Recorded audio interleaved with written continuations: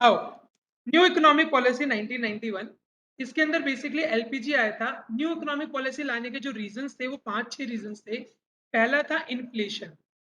Inflation was peak around 14-12% के आसपास inflation थी। आज की तारीख में इन्फ्लेशन कितनी है? 7.08 के करीब चल रही है आज के टाइम पे इन्फ्लेशन। यूएस के हाईएस्ट है 7.5 के। Poor performance of PSU.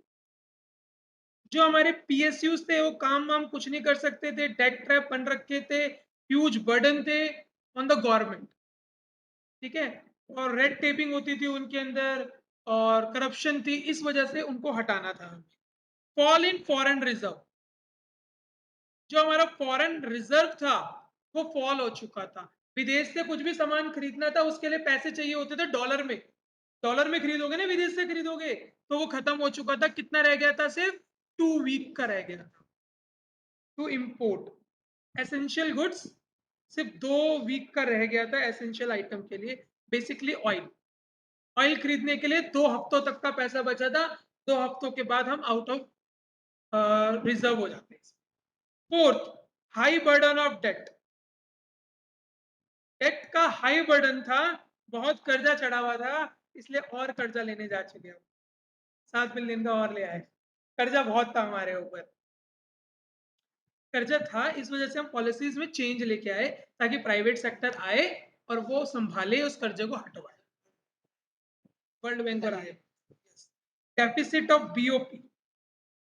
BOP में बैलेंस ऑफ पेमेंट में डेफिसिट था हमारे, जिसको फिस्कल डेफिसिट भी बोला जाता है।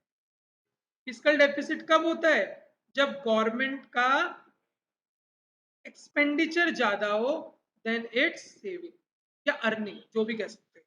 अर्निंग लिखिए, एक्सपेंडिचर इनकम भी नहीं बोल सकते, इसलिए सेविंग ही लिखिए। एक्सपेंडिचर ज्यादा हो देन इट्स सेविंग या इनफ्लो लिख लो। इनफ्लो, रेवेन्यू, बिल्कुल रेवेन्यू।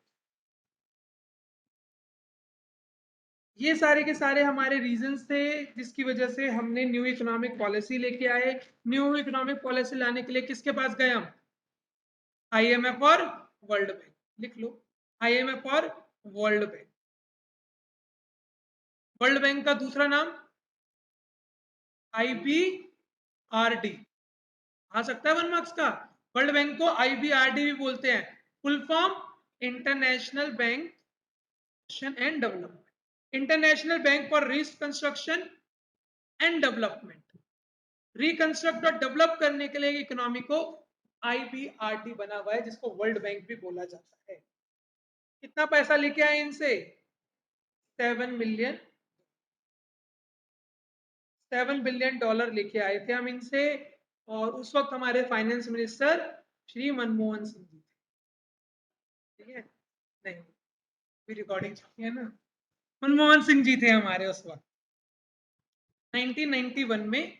मनमोहन सिंह लिख लेना, ये भी आ सकता है। Finance minister Manmohan Singh. Finance minister Manmohan Singh.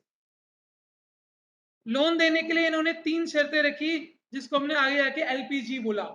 इन्होंने बोला कि भाई लोन 3 शर्तों पे देंगे। जो तुमने प्राइवेट पे इतनी कंडीशन लगा रखी है इसको हटाओ। प्राइवेट पे जो लाइसेंस का है वो हटाओ। दूसरा, प्राइवेट सेक्टर को भी एंट्री दो गुड्स बनाने के लिए। डी रिजर्वेशन कर रखी है उसको खत्म करो और ग्लोबलाइज करो, हमें भी अपनी कंट्री का माल तुम्हारी कंट्री में बेचने दो, जिसको हमने एलपीजी बोला। Yes, import substitution. तो एलपीजी था। उससे पहले हमने 2 मेजर्स लिए, ये भी अच्छा है, 2 मेजर्स लिए। एक था स्टेबलाइजेशन मेजर और एक स्ट्रक्चरल मेजर। 2 मेजर थे, स्टेबलाइजेशन और स्ट्रक्चरल। स्टेबलाइजेशन मेजर्स थे बच्चों वो मेजर्स जो करंट सिचुएशन को संभाल ले। करंट सिचुएशन क्या क्या खराब हो रखी थी? इन्फ्लेशन थी पीक पर, और डेफिसिट था हमारा फॉरेन रिजर्व। ये फॉरेन रिजर्व में डेफिसिट था, इसको संभालने के लिए जो मेजर्स लिए गए उसको बोलते हैं स्टेबलाइजेशन मेजर। अपनी इकोनॉमी स्टेबलाइज हो जाए। स्ट्रक्चर होते हैं हमारे लॉन्ग टर्म।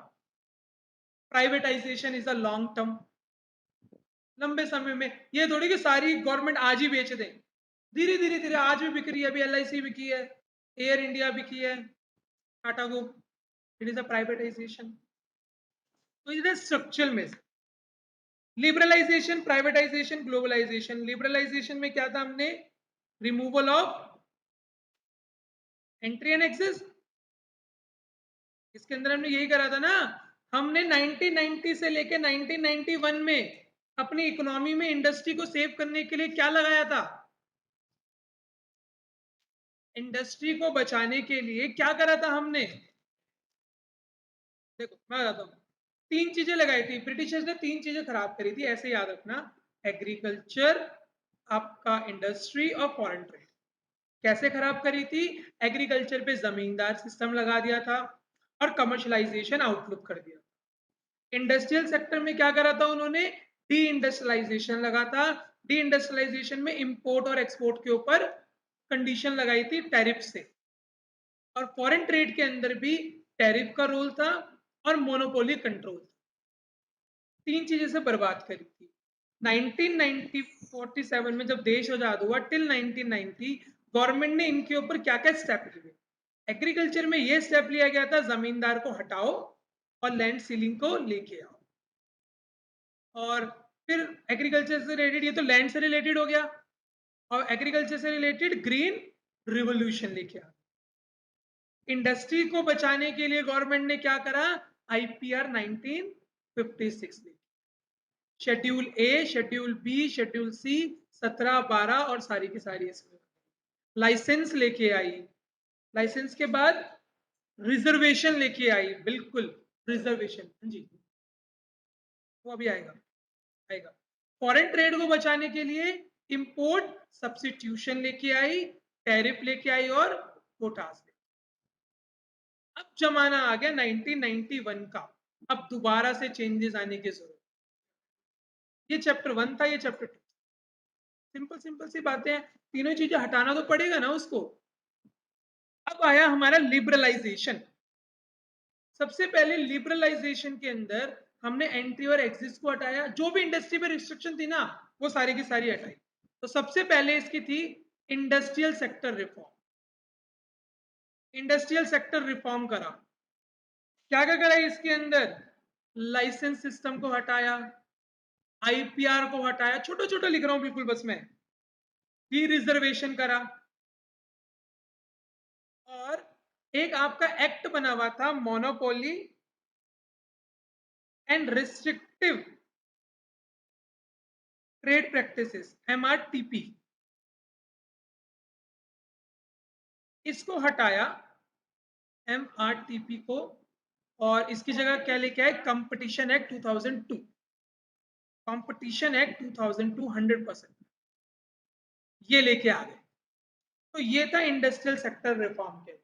कभी बार पूछ लेता IPR कौन से उसमें हटाया, तो वो लिबरलाइजेशन के अंडर, इंडस्ट्रियल सेक्टर रिफॉर्म के अंदर। लिबरलाइजेशन में उसने कहा सब कुछ लिबरलाइज करो, आसान करो, लोगों को फ्रीडम दो, लिबरल हो जाओ थोड़ा, इतने सख्त मत बनो, लिबरल हो। सेकंड कह रहा था financial sector reform. Financial sector reform, जो हमारा फाइनेंस बिगड़ा हुआ था पैसों से रिलेटेड, उसमें चेंज करा था, जिसमें सबसे इंपॉर्टेंट था RBI का रूल। ये आएगा, कहां से कहां तक चेंज कर दिया था, रेगुलेटर से फैसिलिटेटर, बिल्कुल, रेगुलेटर से फैसिलिटेटर बोला कि तुम रेगुलेटर मत बनो, चाकू लेके उनकी उस पर मत खड़े रहो, फैसिलिटेट करो, फैसिलिटी प्रोवाइड करो। ये नहीं कि ये नहीं करना वो नहीं करना, ऐसे मत करो, जस्ट उनको फैसिलिटी प्रोवाइड करो आप जितनी कर सकते। दूसरा, ओरिजिन ऑफ प्राइवेट बैंक, सारे के सारे प्राइवेट बैंक आने शुरू कर गए 1991 के बाद ही आए हैं सारे प्राइवेट बैंक इंडिया के अंदर। ICC, ICICI, एक्सेस, ये सब 1991 के बाद के मिलेंगे आप। फॉरेन FDI और FII, इनके ऊपर भी कह दिया कि आप 100% इन्वेस्टमेंट कर सकते, 100% आके इंडिया में इन्वेस्ट कर सकते हैं, FDI और FII। थर्ड जो रिफॉर्म था, टैक्स रिफॉर्म। टैक्स रिफॉर्म के अंदर क्या लेके आए थे ये, बोलो उस टाइम, टैक्स रिफॉर्म में इन्होंने बोला सिंपल करेंगे टैक्स, ठीक है, थोड़ा सा रिड्यूस करेंगे, रिडक्शन करेंगे और स्टेबलाइज करेंगे या सिंप्लीफाई करेंगे, बस यही था टैक्स, ज्यादा कुछ खास नहीं। फॉरेन एक्सचेंज रिफॉर्म, 5 थे ना टोटल। फॉरेन एक्सचेंज रिफॉर्म में 2 रिफॉर्म थे। कौन कौन से थे? एक डिवैल्यूएशन ऑफ मनी, याद आ रहा है? डिवैल्यूएशन ऑफ रूपी में क्या करा था?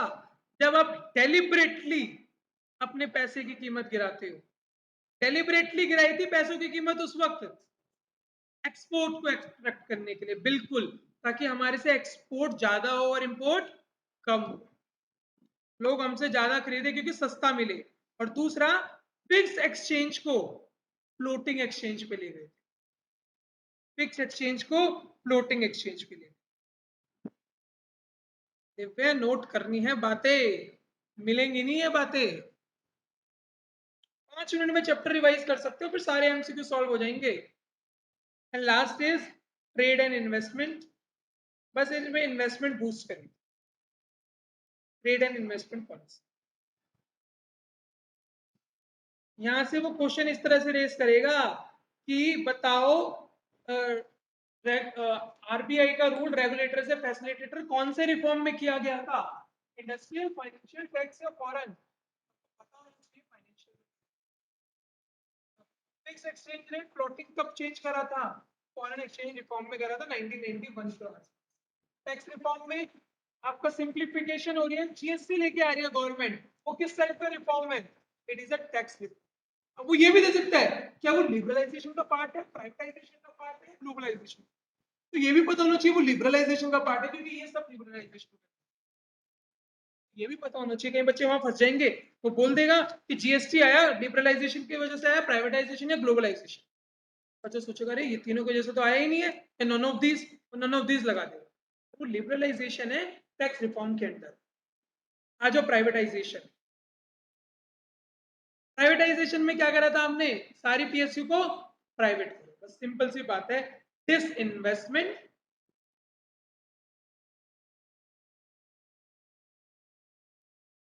बिल्कुल एक्सपोर्ट। आप अपनी कीमतें गिराओगे रुपये की, तो बाहर वाले लोगों को हमारा माल सस्ता लगेगा, वो खरीदेंगे।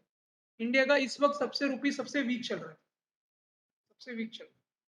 अच्छा है कि बुरा है ये नहीं पता, ऑल टाइम लो चल रहा है। अच्छा है कि बेकार है? एक्सपोर्ट बढ़ेंगे, हाँ? जरूरत ही नहीं है उसका। स्ट्रेटेजिक सेल, वैसे ही उसका एक्सपोर्ट इतना है। फोन बिक रहा है हमारा, तो जिसका सामान नहीं बिकता उसको कम करना चाहिए ना, जिसका सामान बिक रहा है उसको क्यों कम करना? स्ट्रेटेजिक सेल करी थी, डिसइन्वेस्टमेंट करी थी। बच्चों, 2 तरह की सेल होती है, स्ट्रेटेजिक और माइनॉरिटी। स्ट्रेटेजिक सेल क्या होती है? 51% आप जब शेयर कर दो सेल, 51%, और जब 49% तक अपने हिस्सा शेयर करो, दैट इज माइनॉरिटी सेल। 1%, 2%, 10% तक सेल करोगे, माइनॉरिटी के अंदर आएगा। स्ट्रेटेजिक के अंदर आप बहुत बड़ा अपना मैनेजमेंट ही एक तरह से बेच रहे हो, that is strategic cell. Disinvestment हमने करा था, अपनी कंपनीज को बेचना स्टार्ट करा था, प्राइवेटाइजेशन को।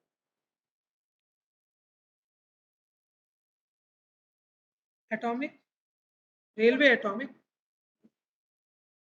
डिफेंस नहीं है, प्राइवेट है सारा डिफेंस,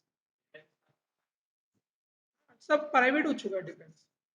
गवर्नमेंट खरीदती है लोकल से, अलाउ नहीं है ऐसे बिकना कि तुम्हारे को जगह जगह कट। हाँ, क्या करना है? हाँ बिल्कुल गवर्नमेंट के अंदर है, गवर्नमेंट के अंदर क्यों नहीं होगी, सब गवर्नमेंट के अंदर है। चलो, 3 यहाँ पे थे, हमने महारत्न बनाया था, महारत्न, नवरत्न और मिनी रत्न। बच्चों इसके अंदर इतनी सारी कंपनी है ना, याद करने की जरूरत नहीं, याद करने की जरूरत नहीं है। बट 3 बनाई थी, महारत्न, नवरत्न और मिनी रत्न। एक दो क्वेश्चन है related to debt in the exercise, वो वाला याद कर लेंगे, जबरदस्ती कर लेंगे कि मिनी रत्न में कितनी इन्वेस्टमेंट चाहिए होती है उसको दर्जा पाने के लिए, अलग से दे रखा है, तो वो याद कर लेंगे जब क्वेश्चन आएगा। आगे, ग्लोबलाइजेशन, ग्लोबलाइजेशन का क्या मतलब क्या होता है? Integrating the domestic economy with the world economy. ठीक है, हाँ, वर्ल्ड इकोनॉमी, डोमेस्टिक इकोनॉमी को वर्ल्ड इकोनॉमी के साथ मिला दो।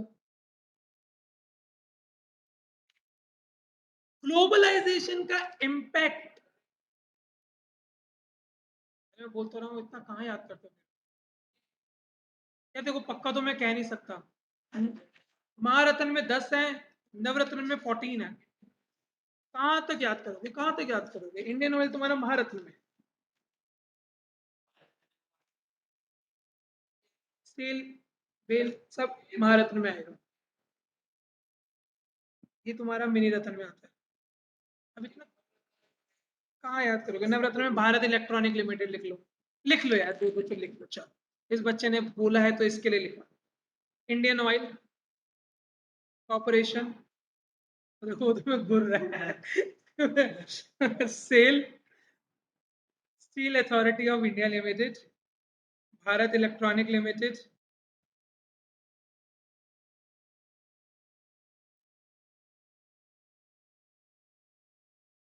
नैल्को।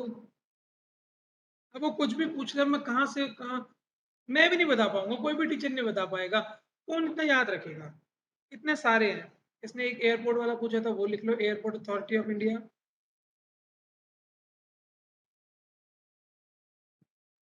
अंतरिक्ष कॉर्पोरेशन,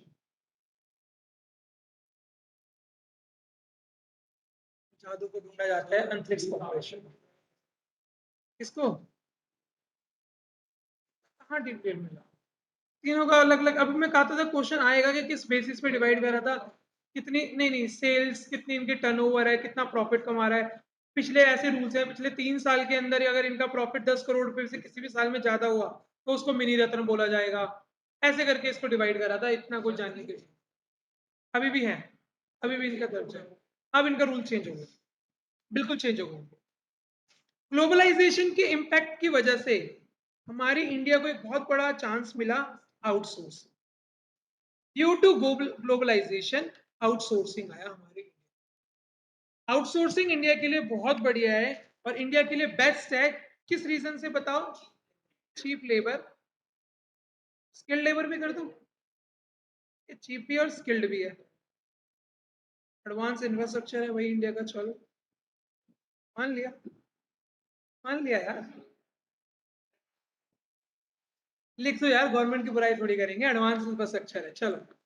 और फेवरेबल गवर्नमेंट पॉलिसीज, बिल्कुल गवर्नमेंट इस चीज को प्रमोट कर रही है, आउटसोर्सिंग को, गवर्नमेंट पॉलिसीज, वही गवर्नमेंट पॉलिसीज की वजह से होगी। Second largest English speaking country, क्या बोल ही लेते हैं सब टूटी फूटी। English speaking country, high growth in IT sector, high growth in IT sector, तो दीज आर बेसिकली रीजंस जिसकी वजह से इंडिया में आउटसोर्सिंग बूम पे चला। एक और वर्ड आया यहां से, डब्ल्यूटीओ, वर्ल्ड ट्रेड ऑर्गेनाइजेशन, लिख लो full form. World trade organization किसका सक्सेसर है? गैट का। ये वर्ल्ड ट्रेड ऑर्गेनाइजेशन 1955 में आया, 1990, तो याद करा हुआ था अपने से रिलेट करके, फिर गलत लिखा है। 1995, हाँ, 19, बिल्कुल गैट।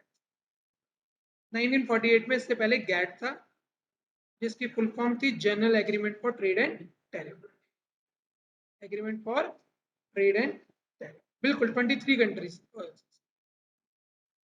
23, आगे लिख लो छोटे छोटे, 23 कंट्रीज। अब की डेट में शायद 164, 164 या 2, 4 ही ना, ठीक था ना मैं? अब 164 countries.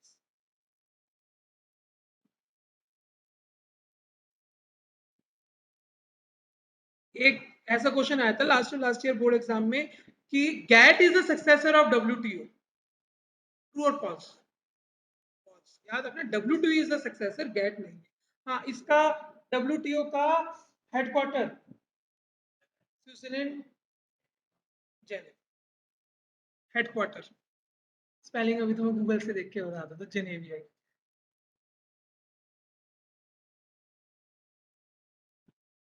Head quarter of WTO। ये देखो कंफर्म भी कर रहा था ना, बिल्कुल जेनेवा स्विट्जरलैंड। लिख लेना, ऐसे ही उसका भी लिख लेना बच्चों, वर्ल्ड बैंक और IMF का एक बार हेडक्वार्टर वो भी लिख लेते हैं।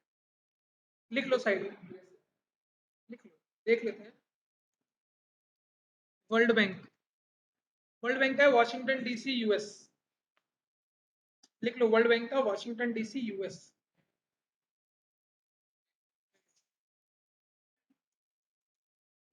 IMF Washington DC। IMF का भी मतलब सेम ही है क्या, अलग है, आम सेम, दोनों का सेम है। USA न्यूयॉर्क में क्या था, हाँ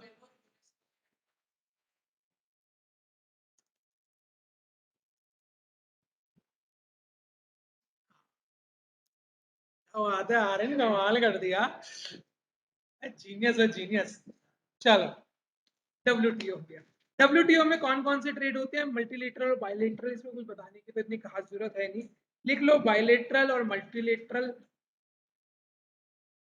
बायलेटरल में क्या हो गया, दो कंट्रीज के साथ, और मोर देन अगर टू हुई तो मल्टीलेटरल।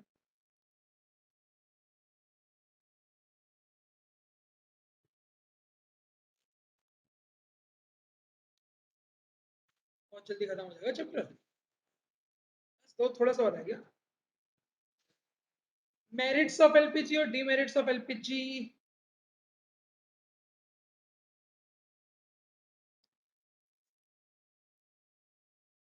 मेरिट्स और डीमेरिट्स कर लेंगे।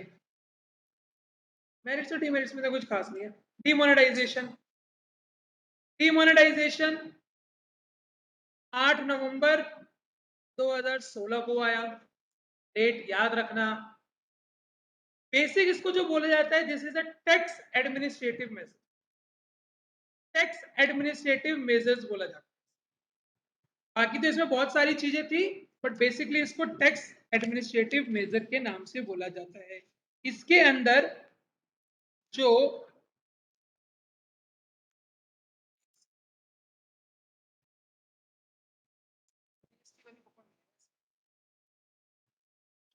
इसके अंदर हमारा एक तो ऑनलाइन ट्रांजेक्शन बढ़ गई, इसकी वजह से ऑनलाइन ट्रांजेक्शन में बहुत चेंज आया, ठीक है, और सेविंग में बहुत इंक्रीज हुई। लोग पैसा बैंक में रखने लग गए थे, बैंक से सेविंग होती है। कैश होते तो खर्च हो जाता है, अब तो फोन में होता तो ज्यादा खर्च होते हैं। कैश में दिखता था कि जा रहा है पैसा यार, ना तो पता ही नहीं लगता, कभी भी जोमेटो से मंगा लो ऑर्डर, फिर पूरा चेक करो यार मैंने महीने में इतना मंगा लिया जोमेटो से। कैश जाता था तो दिल पे लगती थी। GST 1 जुलाई 2017,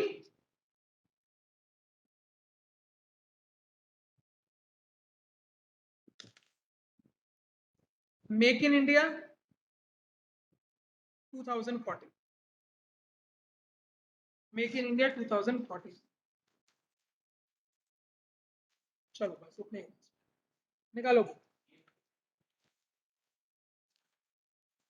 क्या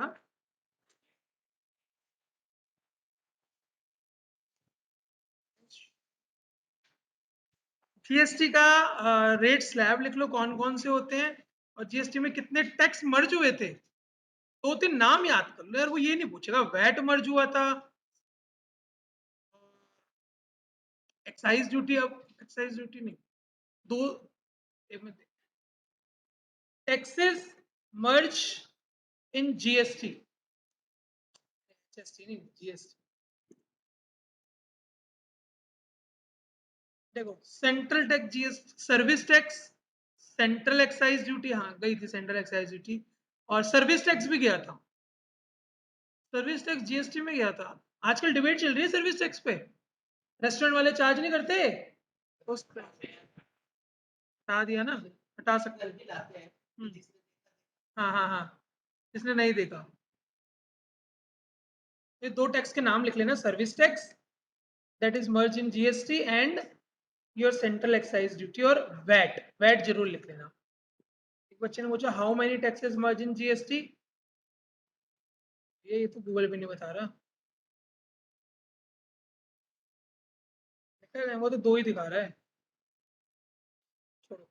जीएसटी का जीएसटी रेट भी देख लो एक बार। सबसे हाईएस्ट जो होता है वो शायद 28 होता है। 12 18 5 12 18 22 लिख लो। 5 मिनिमम लिख लो, 28 मैक्सिमम। या लिख लो 5 12 18 28। 28 लग्जरीज पे होता है, आपकी महंगी महंगी गाड़ी पे। 4 4 4 5 12 18 28। सारी 5 7 का है। नहीं नहीं, 4 ही है, 4 ही टैक्स।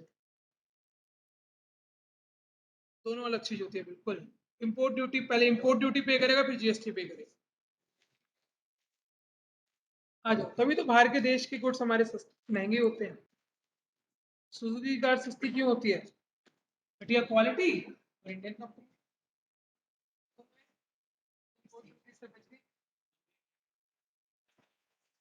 हाँ तो मारुति तो इंडियन है ना, पीछे पड़े रहते हो जान के। 213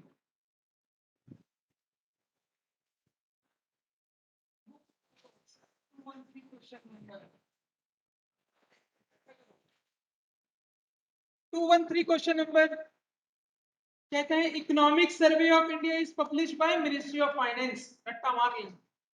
कुछ कुछ क्वेश्चन है इसमें एक्स्ट्रा जो नए लगते हैं उसको रट्टा मार लेना। इकोनॉमिक वाली बुक्स है 116। पेज नंबर 116 से लेकर ना इस चैप्टर के सारे नोट्स उसको भेज दो आरशी को। 116 से लेकर अगला देखो, कोई नया क्वेश्चन लगता है साल लगा लेना, याद कर लेना। The concept of 5 year planning was taken from Russia.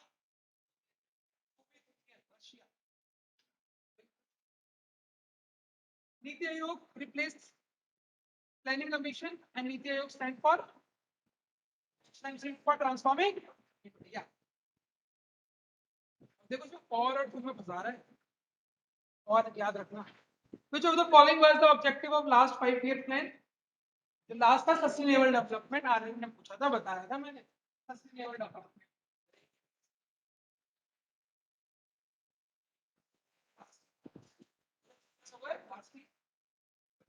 2017 116 page number. In any extreme situation, an economy can come up with a rolling plan having a duration of 1 year. हम लाए थे ना, एक एक साल के 3 प्लान लेके आए थे। ड्रॉट पड़ गया था तो 1 साल का प्लान बना। 1 year 5 year plan may form the basis of economic planning in not for developing countries. The concept was introduced by उन्होंने बाहर के सोवियत यूनियन और इन सबको देख के expire. Dash economy can be term as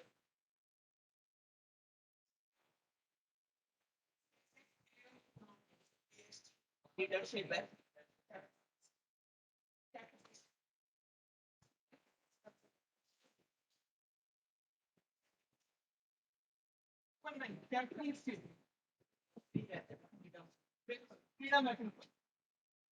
question number 221 देख लो, एक आधा छोड़ दो। Arrange the following event in the chronological manner.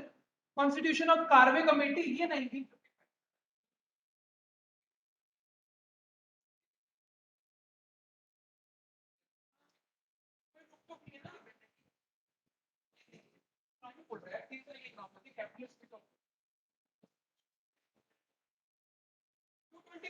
Karve committee 1955 में बनी थी। Formation of first state plan 1951 का। ये वाले बनाना चाहिए।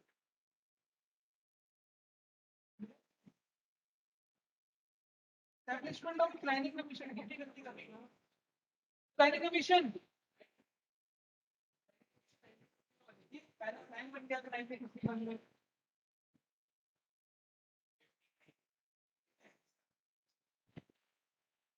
पहला प्लान 1951 में आया, कमीशन बाद में सेटल करोगे। नीति आयोग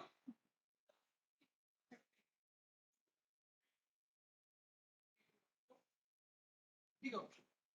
अगला देख लो दोबारा, phase of first green revolution 1960, फिर 16 मान लो, 66 लेके चल लो, NITI Aayog 2015, then second IPR 1956, carbon tracking 1958, हां पहले कार्बन जी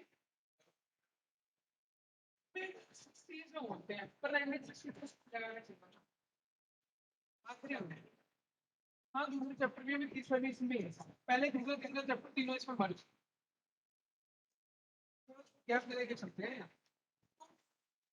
अब देखो उसका आ गया 225, तो फिर उसका मार्क्स बढ़ेगा यार।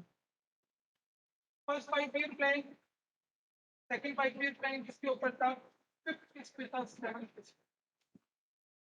फर्स्ट 5 ईयर प्लान था, सबसे पहले थोड़ा खाने का इंतजाम हो जाए, एग्रीकल्चर के ऊपर था, तो development of infrastructure and self sufficiency.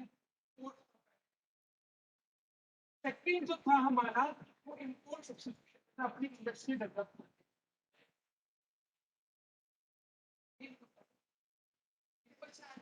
Self sufficiency in food पहला था, दूसरा इंडस्ट्री के ऊपर डेवलप करने के लिए कहा था, तो इंपोर्ट सब्सिट्यूशन था उसका। फिफ्थ था, पॉवर्टी एलिवेशन प्रोग्राम है, फिफ्थ वाला तो याद रख लेना, पॉवर्टी एलिवेशन फिफ्थ में आएगा। सेवंथ अनएम्प्लॉयमेंट क्वार्टर, ये भी याद रखना। बस इस क्वेश्चन की इंपॉर्टेंट सारे सारे जितने भी प्लान है सारे इंपॉर्टेंट वाले हैं, इसको स्टार मान लो, ये वाले चार याद, और अपना लास्ट ट्वेल्थ याद कर लेना, सस्टेनेबल।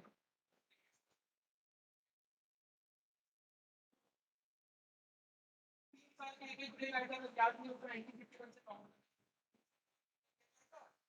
1991 से पहले चला था, फिर उसके बाद आगे बढ़ जाना, 1991 से पहले 3 साल पहले, 1 साल का 226 में देखो, cooperative farming, land ceiling,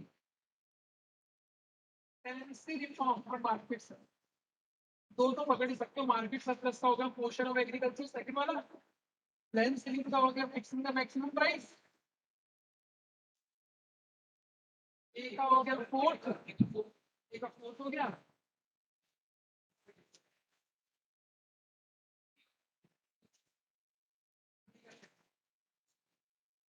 B का तो बताइए, सी का है प्लस।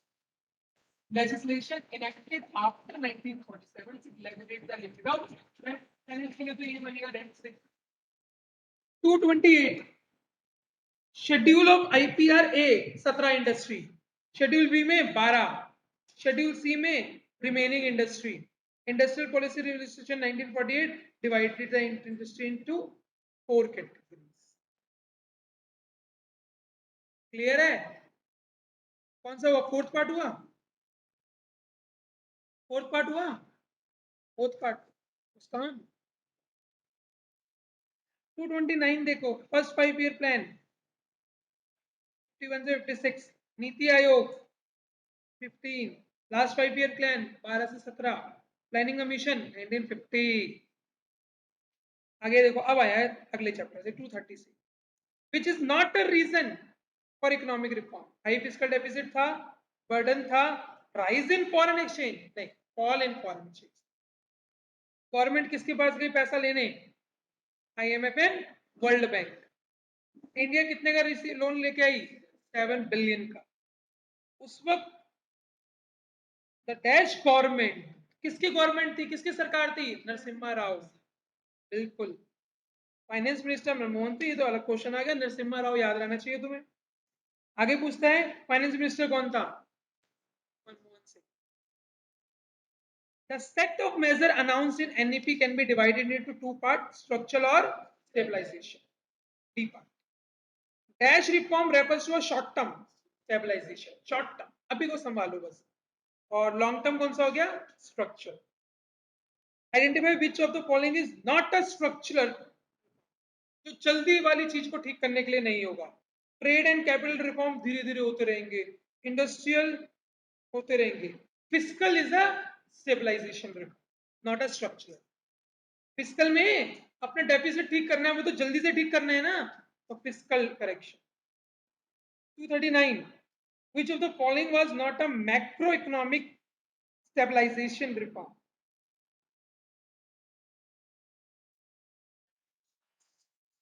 फाइनेंशियल रिफॉर्म मेजर, बिल्कुल मैक्रो इकोनॉमिक्स की बात करें और stabilization. 240 reduction in MRTP provision was a part of industrial schedule हटाया था और लाइसेंस हटाया था और एमआरटीपी की जगह कंपनीज एक्ट 2002 लेके आए थे। Monopoly and restrictive trade policy लिखवाया है आज ही। 241 number of industry for which industry licence is presently required. अभी तो करेंटली लाइसेंस बोला है 5 लाइसेंस रिक्वायर्ड लिकर 5 कंपनी ने लाइसेंस बोला है, उसने ये नहीं बोला बिजनेस करना है। बिजनेस दो का ही रह गया, रेलवे और एटॉमिक जो गवर्नमेंट करेगी, पर 5 कंपनीज हु रिक्वायर्ड लाइसेंस, ये 5 कंपनीज है हमारी। देखो ब्रिंग ऑफ अल्कोहल, ठीक है, cigar and cigarette, aerospace, defence और इंडस्ट्रियल एक्सपोर्ट, और एक और होगी इसके अंदर। 5 ऐसी हमारी जिनको आज के डेट में जरूरत है लाइसेंस की फ्रॉम द गवर्नमेंट। आगे अच्छा क्वेश्चन था ये। Number of industry reserve for public sector is 2 dash means striking down all the trade barrier। आगे and ensure free flow of globalization। Identify which of the following is not an industrial sector reform as per 1991। बताओ। Liberalisation of export है ना। Globalisation में देखो D reservation of production item ये भी था, MRTP पे भी पड़ा था और D reservation of public sector भी पड़ा था। तो लिबरलाइजेशन ऑफ एक्सपोर्ट बचा जो हमारे इकोनॉमिक रिफॉर्म 1991 में था। पोस्ट 1991 रिफॉर्म इंडिया एडॉप्टेड क्या? बिल्कुल फिक्स्ड फ्लोटिंग को मैनेज फ्लोटिंग भी बोला इसने। Manage floating exchange rate, fixed और मैनेज में बस फर्क यही है आर्यन, फिक्स्ड और उसमें यही फर्क है। फिक्स जो होता है वो परमानेंट फिक्स ही रहेगा, मैनेज में मतलब गवर्नमेंट अपने हिसाब से इसे चेंज करती रहेगी, मैनेज करेंगे बस। तो manage floating exchange rate system. Liberalization of trade and investment regime was undertaken in 1991। Trade और इन्वेस्टमेंट से पूछ रहे हैं। Which of the following is not a measure announced in this aspect? Rationalization of increase in import duty तो था ही नहीं, import duty क्यों बढ़ाएंगे, घटाएंगे। 1991 आ गया ना, उससे पहले था, अब कम करेंगे 1991 में। रैशनलाइजेशन ऑफ कस्टम ड्यूटी हो गया, एबोल्यूशन हो गया, रिडक्शन इन क्वांटिटी रिस्ट्रिक्शन हो गया, पहले वाला गलत। GST is sums the all indirect tax except the custom duty। Custom duty नहीं हुआ ना अभी तक जीएसटी में merge. Which of the following is not a indirect tax? कौन सा नहीं है? कॉर्पोरेशन टैक्स, कंपनी के ऊपर जो टैक्स लगता है डायरेक्ट 30% लगता है फ्लैट रेट। तो अगला क्वेश्चन थोड़ा बड़ा सा नहीं पढ़ेंगे, छोटे छोटे क्वेश्चन पढ़ेंगे। 252 in order to mark the end of the dominant license raj, liberalization, which of the following statement is not true? Many goods produced by SSI has now been reserved, true है। Role of RBI reduced from facilitator to regulator, false। From regulator to facilitator, false। B आगे भी पढ़ लो एक बार। Devaluation of rupee was undertaken to manage the BOP crisis, true। Tax paying procedure was simplified, true। 254 which of the following is not an argument for privatization? It improve efficiency and performance, बिल्कुल। Sale of public sector unit can lead to private monopoly, ये बात बिल्कुल। 255 dash is the process by which government transfer productive activity, privatization। Transfer जहां आया वहां privatisation आया। आगे साथ आ रहे हैं, उसकी उसमें से देख देख के टिक लगा रहे साथ। चलो तो इतना सोचो मत उसमें, यहाँ पे सोचने की जरूरत नहीं, उस वक्त तो मैंने बताया था आपकी जरूरत। देखो NEP, government of India advocate privatization of public sector enterprise. For purpose of privatization, the government adopted two strategy: strategic sale and disinvestment. Basically, disinvestment होता है जब आप 51% से कम बेचते हैं, माइनॉरिटी सेल को ही डिसइन्वेस्टमेंट बोला, धीरे धीरे इन्वेस्टमेंट। और प्राइवेटाइजेशन होता है, इसका पार्ट हो जाता है डिसइन्वेस्टमेंट। अब देखो question 258, which of the following is not a Maharatna cup खेलेगी।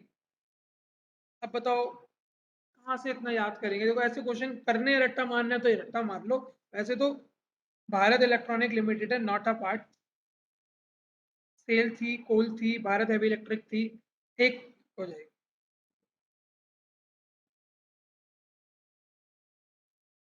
एक देखो अगला क्वेश्चन 259 अच्छा सा लग रहा है।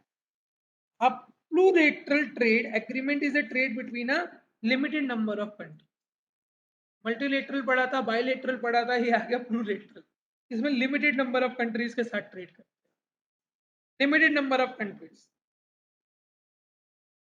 Demonetization implies, इसका सी हो गया, the act of stripping a currency unit of its status as legal tender। Macro में पढ़ा होगा, लीगल टेंडर से जब हटा देते हैं तब हो जाता है। Which of the following is not a benefit of demonetization? It help the taxing back black money, बिल्कुल ठीक है। It help in taxing the profit of NRI, उनका प्रॉफिट थोड़ी ले लेंगे, उनका प्रॉफिट तो जहां वो रह रहे हैं वो लेगी government. It promote tax compliance, it help in digitalization of an economy। इसका देखना एक बार, मुझे भी ये लगा 261 ज्यादा अच्छा ये लगा। 261 बी, ठीक है। जीएसटी वाज इंट्रोड्यूस इन 263, कब आया जीएसटी? 1 जुलाई 2017 को। Which of the tax has not been submerged in GST? कौन सा नहीं मर्ज हुआ? इनकम टैक्स, आज भी इनकम टैक्स लगता है। GST is the indirect tax, income tax is the direct tax. Number of taxes under GST R 4, कौन कौन से? बिल्कुल। 2016 Indian parliament passed the law of goods and service tax 2016 to simplify and introduce unified indirect tax system, एक tax system के लिए। Dash is important outcome of globalization, outsource. कौन से note खत्म कर दिए थे इन्होंने? 500 और 1000। डब्ल्यूटीओ में 164। IMF, international monetary fund. PV Narasimha Rao announced economic reform 1995। Identify which of the following does not follow land reform, वो तो पहले हो गया था, लैंड रिफॉर्म पहले हो गया था ना, आजादी के बाद ही हो गया था। 273 देखो, इंडियन एक्सटर्नल डेब्ट इन 1990-91 वाज, देखो ये तो रट्टा मानना पड़ेगा, 23% ऑफ द जीडीपी, 23% जीडीपी का उस वक्त था हमारा। कौन से दो मेजर रखे थे 274 में? Stabilization and structure. Role of RBI financial sector reform में आता है, देखो ये कितना डीप जाके अंदर पूछ लिया, तो अभी पॉइंट्स लिखे थे। As 276, as per dash reform, government of India came up with devaluation of rupee, foreign exchange reform। कितने क्वेश्चन कर लिए हमने, देखो इको में तो ऐसे ही होते रहते हैं। Dash round of negotiation was held under GATT, 8 round हुए थे। इतना ये भी याद करने वाला नया क्वेश्चन, 8 राउंड हुए थे। All indirect tax except custom duty have been submerged in GST, custom duty को छोड़ के सब मर्ज हो गई थी जीएसटी के। Chairman of GST council is, बोलो, यूनियन फाइनेंस मिनिस्टर। ये चेक कर लो 279 का बताना। हाँ, यूनियन फाइनेंस मिनिस्टर है, जीएसटी काउंसिल का यूनियन फाइनेंस मिनिस्टर है। फिर उसके बाद क्वेश्चन 281 देखो, बीच में छोड़ छोड़ के चलते हैं। 281 देखो, all sale from one state to another state are tax by the centre at the full GST rate applicable. The relevant tax levied is,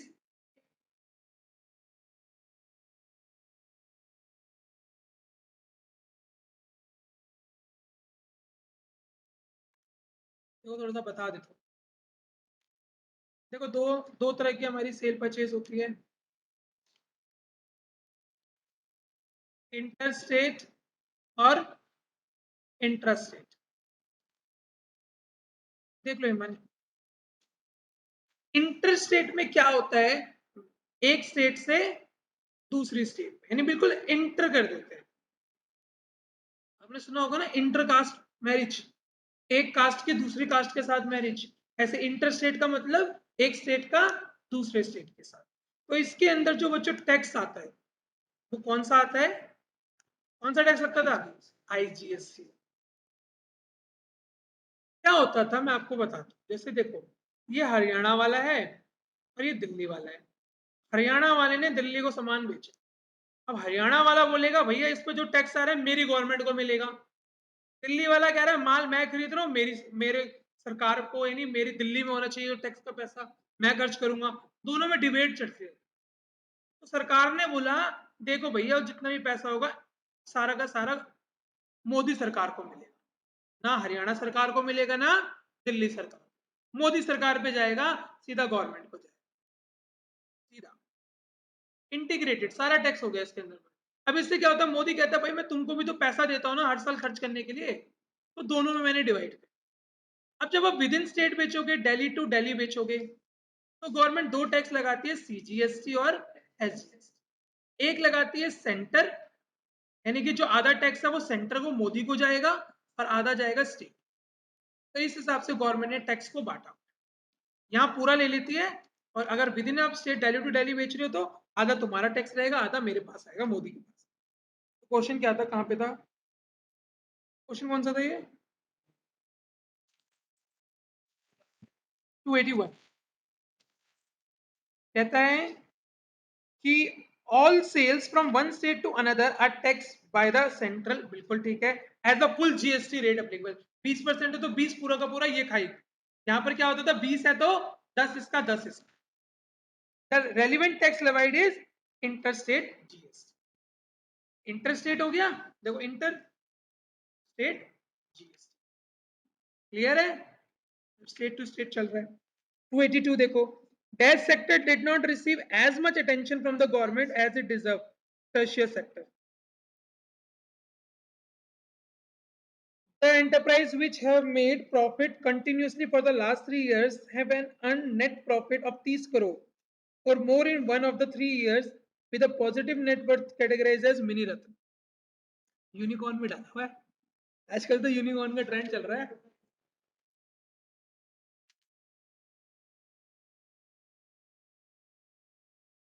agriculture भी तो ध्यान दिया था सारा, पोस्ट 1990। हाँ 282 क्या दे रखा है, एग्रीकल्चर, बिल्कुल एग्रीकल्चर, मैं उसको प्री लेके चला गया। 282 का बच्चों एग्रीकल्चर है, बिल्कुल पोस्ट। एग्रीकल्चर के बाद तो ध्यान नहीं होता, सबसे उन्होंने करा था कि सब्सिडी हटा दी, महंगा पड़ेगा, अमीरों को फायदा होगा, ये सब आया था, डिबेट आई थी। 286 देखो, Air India return to Tata group can be marked as privatization. पहले एयर इंडिया टाटा के पास आई थी थोड़े टाइम के लिए, फिर दोबारा चली गई थी कौन। WTO headquarter Switzerland. पैमा, नहीं पैरा, फॉरेन एक्सचेंज रेगुलेशन एक्ट कहाँ आया था, 1973 में। लिख लो इसको। नहीं मैक्रो में पढ़ेगा फैमा, फैमा दो होते हैं ना, एक फैमा होता है और एक पैरा होता है, ये नहीं पढ़ा, इंडियन इकोनॉमिक्स में भी नहीं है ये, उनकी डेट से याद कर लो, मैं लिखवा देता हूँ क्योंकि क्वेश्चन उसने दे दिया। लिख लो फैमा, फॉरेन एक्सचेंज मैनेजमेंट एक्ट 1999 में आया था। लिख लो कहीं, फैमा आया था 1999 में, और जो पैरा आया था, पैरा जो आया था फॉरेन एक्सचेंज रेगुलेशन एक्ट 1973 में आया। थोड़ा सा पढ़ भी लेते हैं इसके बारे में। That come into existence, the purpose is to regulate certain dealing in foreign exchange, impose restriction on certain kind of payment and to monitor the transaction implying the foreign exchange। Basically foreign exchange के जितने भी regulation transaction से related है वो आई थी इसके अंदर। और फैमा के अंदर मैनेजमेंट आ गया ना ये तो। अरे भाई फुल फॉर्म नहीं पूछा। FEMA के अंदर देखो क्या था, borrowing and lending of foreign exchange. हाँ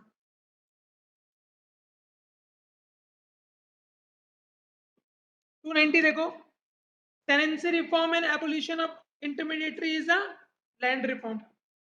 land reform 290। 291 highest tax slab कितना है 28%।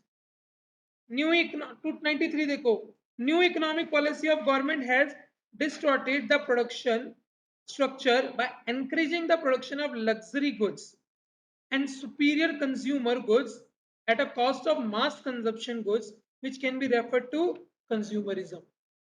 पढ़वाया था ना कंज्यूमरिज्म, बेफालतू का महंगा सामान खरीदते हैं, एलवी गुची प्राडा।